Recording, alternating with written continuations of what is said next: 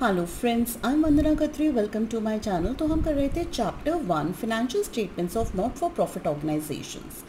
मेरी last video में हमने डिस्कस किया था calculation of expense to be debited to income and expenditure account. आज हम उससे ही रिलेटेड एक कंसेप्ट करने वाले हैं जिसमें हमने कैलकुलेट करनी है amount of income to be credited in income and expenditure account. तो हम यहाँ पे कैलकुलेट कर रहे हैं amount of subscription income that will be credited to income and expenditure account.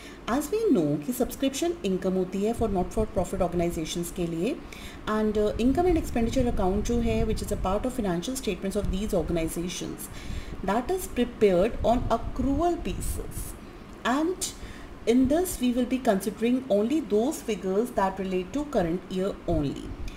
So we will be proceeding from amount receive during the current year. तो यानी कि इस टॉपिक में हमें amount receive during the current year given होगा because that's an income. और जो हमने पिछला कंसेप्ट किया था जिसमें हमने एक्सपेंस कैलकुलेट किया था वहाँ पे हमें amount paid during the current year was given, right.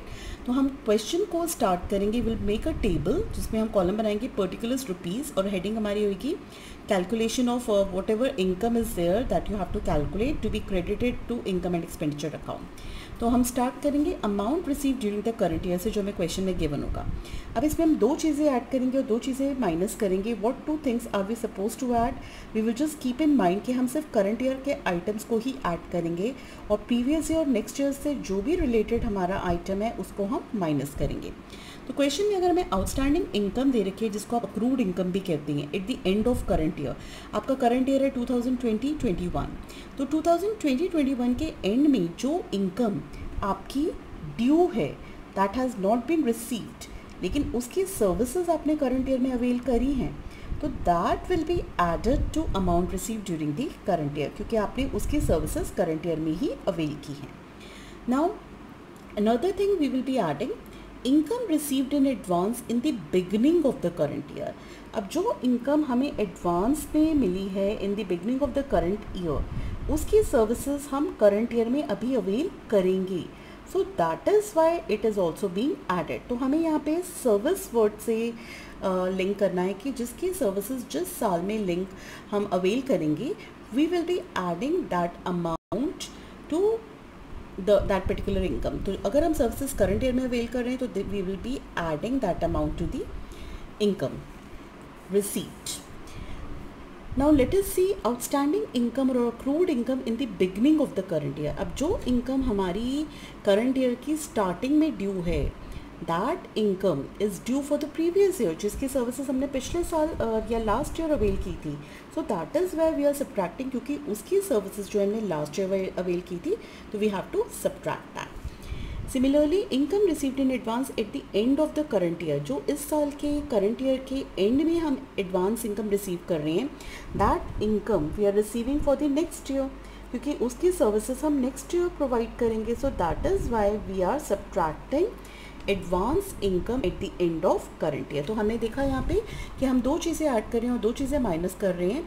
हम outstanding income at the end of current year को ऐड करें और income in advance in the beginning of the current year को ऐड करें क्योंकि ये दोनों ही जो हमारे आइटम्स हैं इनकी सर्विसेज जो हैं करंट ईयर में अवेल की जा रही हैं। तो that is why we are adding this and we are subtracting outstanding income in the beginning of the current year and income in advance at the end of current year.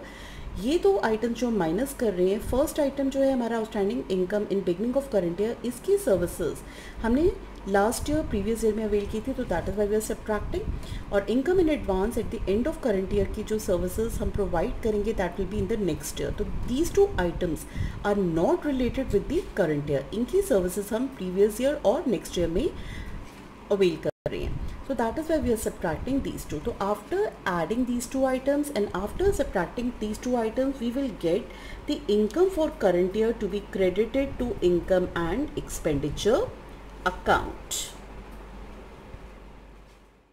Let us discuss one example. Now in this example we have to show the amount of subscription in income and expenditure account. Subscription हमारी income होती है and all the incomes are to be credited in income and expenditure account. So in this example we have been given the information about 31st March 2019 and 31st March 2020. That is जो हमारा यहाँ पे year है that is from 1st April 2019 to 31st March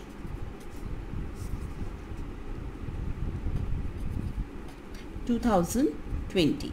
So this is a current year for which we have been given the information. तो हमें यहाँ पर outstanding subscription दे रखी है जिसे आप subscription receivable भी कह सकते हैं, because this subscription has not yet been received. तो जो हमें 1st April और 31st March 2019 की दे रखी है, that is the amount of subscription in the beginning of the year, and 31st March 2020, that is at the end of the current year, the outstanding subscription is 1,26,000. Again, advance subscription in the beginning of current year is 60,000 and advance subscription at the end of the current year is 80,000 given in this example. At the end they have specified कि subscriptions received during the year ended 31st March 2020 is 6,40,000. So we will be proceeding the question from this subscription that we have received during the year. तो हम यहाँ पे income and expenditure account का format बनाएंगे. Income and expenditure account for the year ended 31st March 2020. I have written here debit, credit, expenditure rupees, income rupees. So this subscription received will be entered in income side. We will write here by subscription received during the year, received during the year, that is given in the question as 6,40,000. So I will write here 6,40,000 in inner column. Now as I told you कि we will be adding two things and we will be subtracting two things. So let us see कौन सी दो चीज़ें हमने add करनी है जो current year से related हैं, that we will be adding. And we have already discussed कि जो outstanding subscription है हमारी at the end of the current year, that is 1,26,000, ये current year को belong करती है, तो that's why we will be adding this subscription. And जो हमारी advance subscription है in the beginning of the year, that is 60,000, ये advance subscription हमें current year के लिए provided है, so that is why it relates to current year only and we will be adding these two items. तो हम outstanding subscription at the end of current year और advance subscription in the beginning of current year को add करेंगे. So here we will be adding outstanding subscription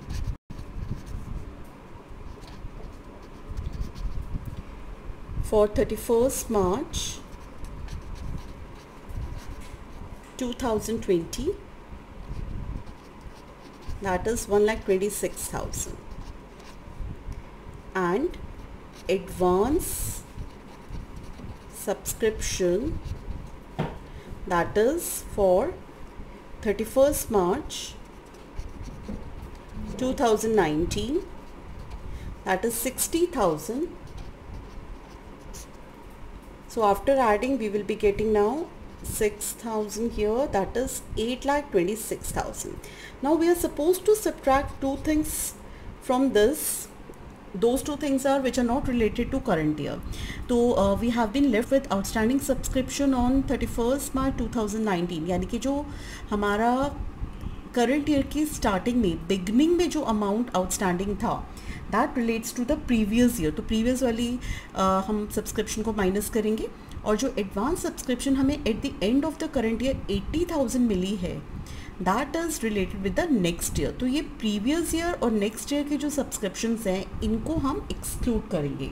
so now we will B subtracting here outstanding subscription that is for 31st March 2019, क्योंकि ये हमारी previous year से related है तो we are subtracting 92,000. And advance subscription जो है हमें at the end of current year मिली है that relates to the next year, so we are subtracting that also. So this is for 31st March 2020. So that amount is given as 80,000. So we will be subtracting these two items. तो ये 1,72,000 minus करना है हमें 8,26,000 से. तो we will be getting here now 6,54,000. So we need not total this because this is an extract, but if you want you can write the total also. 6,54,000 over here. So here nothing I am writing because this is an extract of income and expenditure account. अब balance sheet में हमें दो balance sheet बनानी है, opening and closing. तो जो हमारी in the beginning of the year बन रही है, that is balance sheet as at 31/2019. Liabilities rupees, assets rupees is the format. And balance sheet as at 31/2020 is the closing balance sheet at the end of current year. That is again liabilities rupees, assets rupees. अब हम यहाँ पे देखेंगे कि किन चीज़ों को हमें ओपनिंग और क्लोजिंग बैलेंस शीट में ट्रांसफर करना है. तो जो हमारा यहाँ पे आउटस्टैंडिंग सब्सक्रिप्शन हमें दे रखा है, outstanding subscription is the asset. तो जो ओपनिंग वाला अमाउंट है that is 92,000, that will go to the asset side. And advance subscription जो है ये हमारी 60,000 जो है ओपनिंग बैलेंस शीट की लाइबिलिटी साइड पे जाएगी because advance subscription is our liability. Similarly जो हमें क्लोजिंग बैलेंसेस दे रखे हैं आउटस्टैंडिंग सब्सक्रिप्शन और एडवांस सब्सक्रिप्शन के, they will be transfer to the closing balance sheet. Outstanding subscription हमारी इनकम है तो it will go to asset side, and advance subscription is our liability, it will go to the liability side of the closing balance sheet. So now we will be transferring these two items. Now this is the opening balance sheet. I'm writing here advance subscription, that is given in the question as 60,000. अब opening वाला हमें 60,000 given है और यहाँ पे हम लिखेंगे outstanding subscription,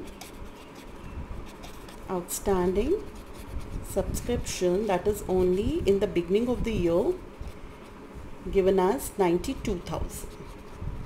So this is the format of the balance sheet. This is only an extract, so there is no need to total this. Next we have balance sheet as at 31/2020. अब यहाँ पर हमें advance subscription दे रखा है for closing balance sheet. Advance subscription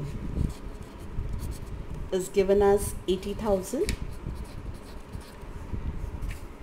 और outstanding subscription हमें दे रखा है for the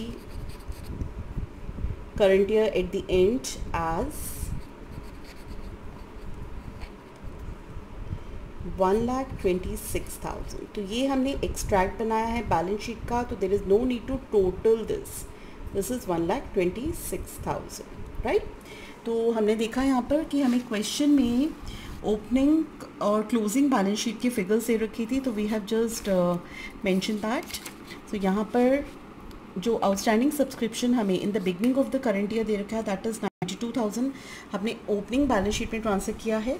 एंड जो हमें क्लोजिंग फिगर्स दे रखे हैं वो हमने क्लोजिंग बैलेंस शीट में ट्रांसफर किया है. 92,000 and 60,000 we have transferred in the opening balance sheet. तो दिस इज 92,000 आउटस्टैंडिंग सब्सक्रिप्शन हमारा एसेट है, एडवांस सब्सक्रिप्शन इज 60,000. और जो यहाँ पे हमें एडवांस सब्सक्रिप्शन दे रखी है 80,000 at the end of the current year, that is income and this is the liability. In case of closing balance sheet और आउटस्टैंडिंग सब्सक्रिप्शन हमारी इनकम है क्लोजिंग बैलेंस शीट में. तो we have transferred advance subscription in the liability side and outstanding subscription in the asset side of the closing balance sheet. और ये जो amount है हमारा जो हमने कैलकुलेट करा, इसको हमने स्टार्ट किया था सब्सक्रिप्शन रिसीव से. इसमें हमने दो आइटम्स ऐड करे, दो आइटम्स माइनस करे. जो आइटम्स हमारे करंट ईयर से रिलेटेड हैं that we have added. Outstanding subscription at the end of current year that we have added because it relates to the current year. और advance subscription in the beginning of the current year हमने add किया है क्योंकि वो भी current year से relate करता है. और जो दो आइटम्स हमने माइनस करी हैं that relate to previous in the next year. So we have subtracted outstanding subscription on 31/2019 that is in the beginning of the current year, that is 92,000 because it relates to the previous year. और जो advance subscription है वो next year से relate कर रही है यहाँ पर, तो that's why we are subtracted. This is the amount that will be credited to income and expenditure account. ये हमने एक एक्सट्रैक्ट प्रिपेयर करा है, तो you did not total this. That's all for today. Thank you.